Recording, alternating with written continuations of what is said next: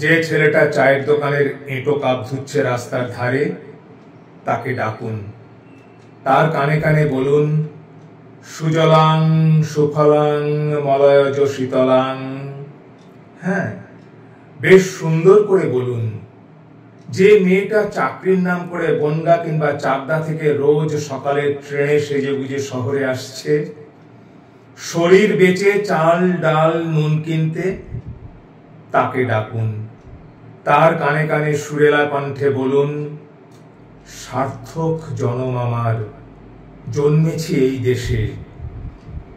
যে ছেলেটি লটারির টিকিট নিয়ে দরজায় দরজায় ঘুরছে আর বলছে, বিশ্বাস করুন আমি ভদ্রলোক, আজ 10 বছর হলো আমার কারখানা বন্ধ, লকআউট, তাকে ডাকুন।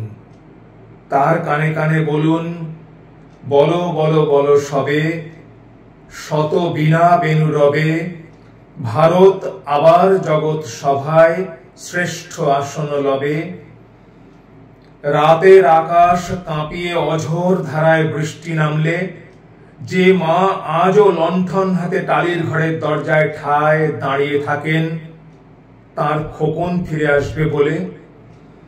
যে খোকনকে এমন এক বর্ষার উন্মত্ত রাতে কালো গাড়ির পুলিশ ডেকে নিয়ে গিয়েছিল, আর বরানগরের রাস্তায় ভোরের ঘুম ভাঙা কুকুর দেখেছিল যার রক্তাক্ত গুলিবিদ্ধ লাশ, সেই মাকে ডাকুন।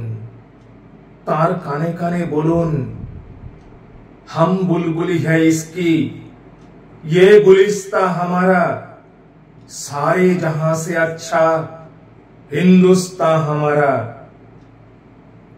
সবাইকে সবকিছু বলা শেষ হলে শুনশান শীতের রাতে পাঁচ মাথার মোড়ে ঘোড়ায় চড়ে বসা সেই মহা বিপ্লবীর পায়ের সামনে ধীরে ধীরে এগিয়ে যান। ফাঁকা রাস্তায় রাতের বাতাসে কান পাতুন, শুনতে পাবেন সেই বিপ্লবী পুরুষের বজ্রকণ্ঠ, আমি তোমাদের কাছে রক্ত চেয়েছিলাম তোমাদের স্বাধীনতা এনে দেব বলে, আমি পারিনি, কিন্তু আমি আমার সমস্ত জীবন উৎসর্গ করেছি। আর তোমরা